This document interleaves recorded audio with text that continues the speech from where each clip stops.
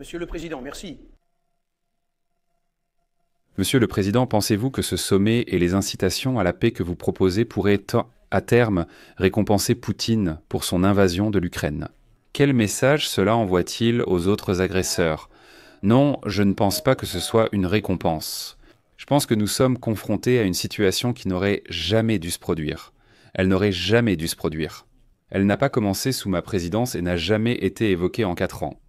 Et j'ai vu que cela allait arriver après mon départ. J'ai vu ce qui se passait. Tout ce que nous avons fait était mal. Tout ce qui a été fait était mal. Tout le monde est coupable. Poutine est coupable. Ils sont tous coupables. Cette guerre n'aurait jamais dû exister. Autre question sur Los Angeles, Monsieur le Président. Ce matin, le chef de la police de Washington, district de Columbia, a publié un ordre autorisant les agents de la police municipale à effectuer des contrôles de véhicules, d'informer les autorités fédérales de l'immigration et des douanes concernant les personnes en situation irrégulière, notamment en autorisant les non-citoyens à voter, ce qui est absurde, et en limitant la coopération avec les autorités fédérales de l'immigration. Votre administration a-t-elle exercé des pressions sur le chef de la police du district de Columbia afin de revoir et d'annuler cette politique? Et exigerez-vous des autres villes qu'elles annulent des politiques similaires afin d'éviter une possible prise de contrôle fédérale des citoyens locaux? Force de l'ordre, force de l'ordre, force de l'ordre, force de l'ordre, force de l'ordre, force de l'ordre, force de l'ordre, dans les affaires de la police locale.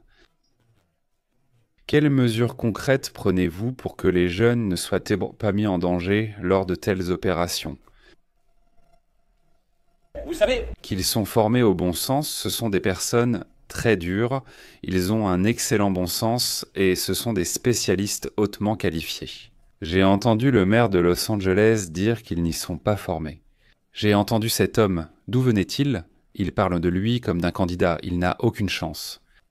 J'ai vu ce matin le gouverneur du Maryland, certains pensent bien qu'il pourrait devenir président. Il n'a rien de présidentiel. Je l'ai entendu aujourd'hui dire que la garde nationale ou les militaires ne sont pas formés pour la police.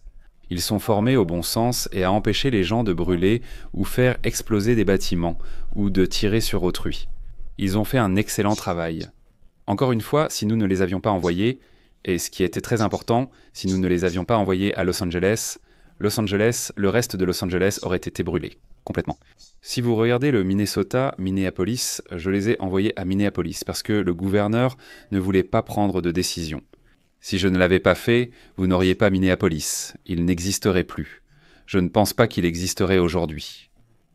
vous vous souvenez? De la scène célèbre où tout brûlait derrière le présentateur de Cable News Network? Il disait que tout était paisible, alors que la ville brûlait derrière lui. Donc vous aviez un gouverneur fou qui s'est présenté à la vice-présidence et qui s'est ridiculisé?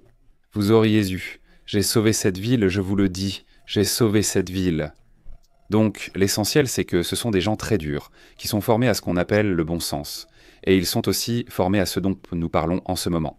Vous regardez des séries criminelles, mais sans Los Angeles, elles n'existeraient pas aujourd'hui. Nous aurions dû annuler les Jeux Olympiques si j'avais laissé cela continuer. Allez-vous fournir? Ferez-vous pression sur Israël pour qu'il permette aux journalistes d'aller à Gaza, afin de couvrir les efforts humanitaires entrepris par les États-Unis? J'aimerais vraiment que cela arrive, Jim. Je serais ravi que les journalistes puissent y aller. C'est une situation très dangereuse pour un journaliste, mais je souhaite que cela arrive. Les tarifs du Brésil, du Mexique et de l'Amérique latine se rapprochent de ceux de la Chine, en partie à cause de leurs choix tarifaires. Vous êtes préoccupé par le fait qu'ils se rapprochent de la Chine? Non, pas du tout, je ne suis absolument pas préoccupé. Ils peuvent en faire ce qu'ils veulent, vous savez, aucun d'entre eux ne s'en sort bien. Nos actions économiques sur Palestine surpassent celles de tous, même la Chine. Actuellement, nous faisons mieux que tout autre pays. Le Brésil avait de mauvais tarifs commerciaux. Comme vous le savez, il nous impose d'énormes tarifs, bien plus que ce que nous imposions. Nous, en fait, nous n'imposions pratiquement rien. Au Brésil, des lois très mauvaises ont permis d'arrêter le président et de le mettre, ou tenter de le mettre, en prison. En fait, je connais cet homme par hasard, et je peux vous dire que je comprends assez bien les gens. Je pense que c'est un homme honnête. Je pense que ce qu'ils ont fait, c'est une exécution politique, une véritable exécution politique qu'ils essaient de faire avec Bolsonaro. C'est horrible, mais ils nous ont aussi très mal traités comme partenaires commerciaux pendant des années. C'est l'un des pires pays à ce sujet, avec d'énormes droits de douane rendant les affaires très compliquées. Maintenant, ils paient 50% de droits de douane et ne sont pas contents. C'est comme ça. Ils paient 50% de droits de douane et ils ne sont pas contents. Mais c'est ainsi. Monsieur. Monsieur le Président, la criminalité à Washington ne vous inquiète-t-elle pas, sachant que des agents fédéraux pourraient être détournés d'autres tâches importantes pour aider la police chaque jour? Par exemple, le terrorisme, c'est vraiment du terrorisme. Ils continueront à lutter contre le terrorisme dans le cadre de leurs activités actuelles. Non, nous avons des soldats. D'abord, nous en avons beaucoup, bien plus que vous ici. Nous utilisons peu de nos forces. À Washington, autour du district de Columbia, il y a des milliers de policiers, mais on ne les laissait pas faire leur travail. Nous avons pourtant d'excellents policiers. Et honnêtement, bien sûr, il y en a certains qui ne sont pas aussi bons, mais on ne leur permettait pas de faire leur travail. Mais maintenant, on leur permet de le faire. Et en fait, cela ne fait que 2 jours, mais regardez les chiffres, ils sont déjà en train de baisser. Et non, ils ne font pas. Retirés sans raison, Ils ne sont pas retirés sans raison. Comment vous... Comme vous le savez, des rapports préoccupants indiquent que la police manipule les statistiques pour minimiser la criminalité à Washington. L'administration va-t-elle publier ses propres statistiques sur la criminalité pour contrer leur désinformation? Et est-ce que les personnes qui déforment intentionnellement les données sur la criminalité et falsifient les rapports, comme vous l'avez dit, seront punis pour avoir créé une menace pour le public? Tous sont sous enquête. Ils nous fournissent de fausses statistiques sur la criminalité, tout comme d'autres statistiques dans le monde financier, mais ce sont de fausses statistiques sur la criminalité.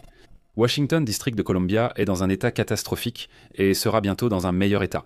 Vous aurez une ville très sûre, vous aurez une ville sans criminalité, je veux dire, c'est exactement ce que je dis. Vous aurez pratiquement une ville sans criminalité.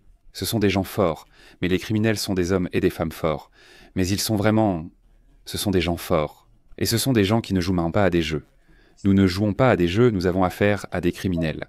Et ils ont traité des gens, ils ont pris l'un de ceux qui travaillaient pour nous il y a quelques jours. Vous avez vu comment ils l'ont frappé, comment ils l'ont battu, 10 contre 1, et ils l'ont tabassé sans pitié. Il a eu de la chance de survivre, ils ont failli le tuer, et nous n'allons pas laisser cela arriver. Et nous ne pouvons pas laisser cela arriver. S'il vous plaît. Tulsi Gabbard, vous allez encore classer des documents secrets la nuit dernière, liés à la mystification de la Russie. D'ailleurs, elle s'en sort très bien. C'était encore une autre fausse histoire, une de plus. Je suis très satisfait du travail qu'elle a obtenu. C'est tout à fait exact. Elle va déclassifier des documents terribles qui parlaient des démocrates et de leurs actions. Des fous radicaux de gauche. Il en découle qu'à l'époque, le directeur du renseignement national, James Clapper, a envoyé des courriels aux responsables du renseignement, déclarant que ce serait un travail d'équipe pour les pousser à contester le rapport de l'ICI de 2017 et que cela pourrait compromettre leur méthode de travail habituelle. Quelle était votre réaction à la dernière déclassification? Et selon vous, monsieur, à quoi ressemble une véritable responsabilité pour ces acteurs? Notre découverte est incroyable. Une preuve irréfutable de culpabilité. Nous verrons la suite. Mais Clapper, Comey et toute cette bande de criminels, ce sont des criminels, et ils ont tout rendu très compliqué. Vous savez, ils ont organisé une fausse chasse aux sorcières, appelée Russie, qui a duré 2 ans. Et j'ai été complètement blanchi. Il n'y avait aucun doute là-dessus. Ils auraient dû le faire en 1 jour, pas en 2 ans. C'était un stratagème pour humilier Trump et m'empêcher de gagner les élections. Ce groupe criminel est composé de personnes malades, de criminels, qu'il faut prendre en charge. Ce sont des criminels à éliminer. Monsieur le Président, vous avez une main forte demain? Monsieur le Président, est-ce que Poutine aura une main forte demain? Eh bien, il est venu dans notre pays et j'ai entendu de fausses nouvelles. Cable News Network. Qui? Disaient que c'était une grande victoire pour lui. D'habitude, il aurait dit le contraire, mais ils ont dit « Oh, c'est une grande victoire qu'il soit venu ici. Vous savez, il est venu ici. » Je pense que le président Poutine aimerait voir un accord. Je pense que si je n'étais pas président, il aurait envahi toute l'Ukraine.